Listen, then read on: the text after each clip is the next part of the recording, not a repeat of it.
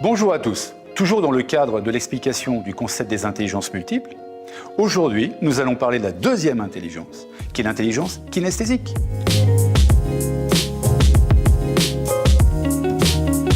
La kinesthésie, ça vous parle, c'est le corps, mais c'est aussi l'essence qu'on a, le goût, le toucher, l'ouïe, l'odorat. Mais cette intelligence-là, on est en train de la perdre.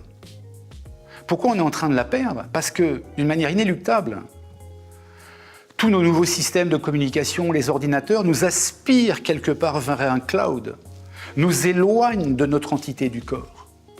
Du temps des Grecs, c'était anima sana in corpore sano, un esprit sain, une âme saine dans un corps sain, pas au-dessus qui se baladait, dans le corps sain.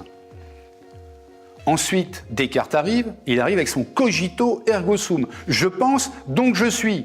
C'est-à-dire que déjà, c'est une première séparation du module de la tête et du corps.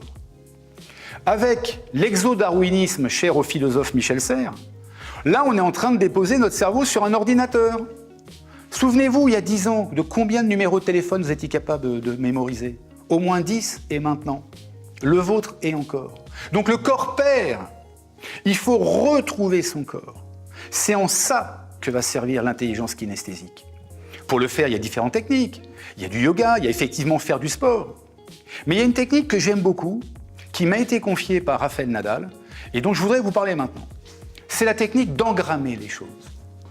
Ça vient de l'acteur studio, en fait. Ça vient de deux génies qui s'appelaient Lee Strasberg et Stanislavski, qui, lorsqu'ils donnaient des cours en Pologne avant de fuir les pogroms, disaient à leurs acteurs de théâtre, mais soyez le jeu.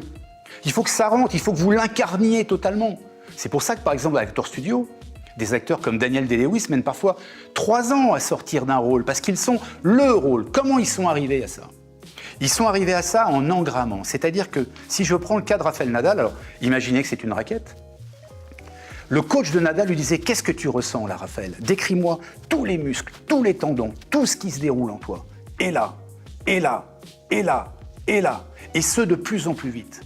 Ce qui fait qu'à force de travailler comme ça, le coup droit de Rafael Nadal est pratiquement devenu un membre à part entière. Comme le dit Henri Bergson, chez l'animal, entre l'intention, rien ne s'interpose. C'est exactement ce qui arrive à Rafa. Quand je lui demande comment il fait pendant les balles de match, je lui dis « Mais je pense même plus à ce coup. Je suis juste concentré sur un schéma de jeu que j'applique. » Engrammer, c'est ça. C'est faire rentrer les choses dans les tissus les plus intimes de votre personnage, de votre corps. Et une fois que ça y est, ça ne part plus.